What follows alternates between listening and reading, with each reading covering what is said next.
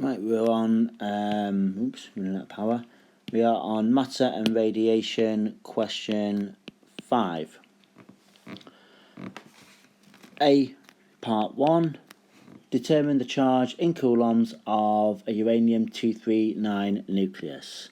So 239, 92, U. Right, this is just determining the charge, so this should be pretty simple. The only thing that has charge is, of course, the protons. So we're going to do 92 times the charge on a proton, which is 1.6, times 10 raised to the power minus 19. And that will give us an answer of 1.518 times 10 to the power minus 7. We should probably round that up because we don't have a huge amount of accuracy in this number here. So I'm just going to say 1.52 times 10 to the minus 7, to the minus 7, and don't forget our unit, that is in coulombs. Part 2. A positive ion with the uranium-239 nucleus has a charge of 4.80, 3 significant figures, note that, times 10 to the power minus 19 coulombs. Determine how many electrons are in this ion.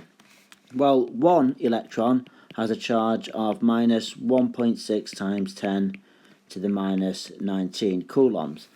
So all I really need to do is divide this number by that number, and that will tell me how many of these are in here.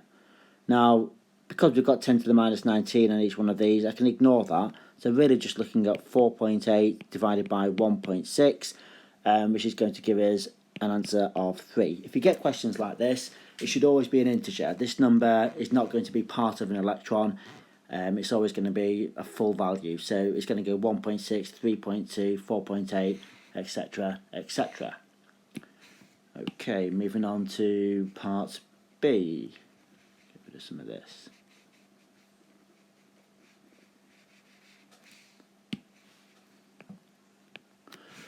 A uranium-239 nucleus may decay by emitting 2 beta particles to form a plutonium nucleus.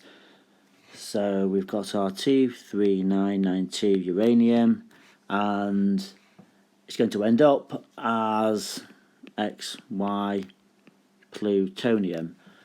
State what X and Y represents and give the numerical value of each. So with beta minus decay, the formula was basically if we have X, Y, we'll call this A, it's going into X, Y plus 1, B. Because the neutron, one of the neutrons turns into a proton. So we gain a proton, but the total nucleon number stays the same, i.e. the X here stays the same, simply because we've lost a neutron at the same time. The neutrons turned into the proton, so the nucleon number doesn't change. So basically that means that our Y value down here, well, state what they represent. That is going to be the proton number. We should know that. And that's going to be plus 2 because it's gone through 2 beta decays, so that's going to equal 94. X, that is our nucleon number, and it doesn't matter how many beta decays it goes through, it's going to remain unchanged, so that's simply going to be 239.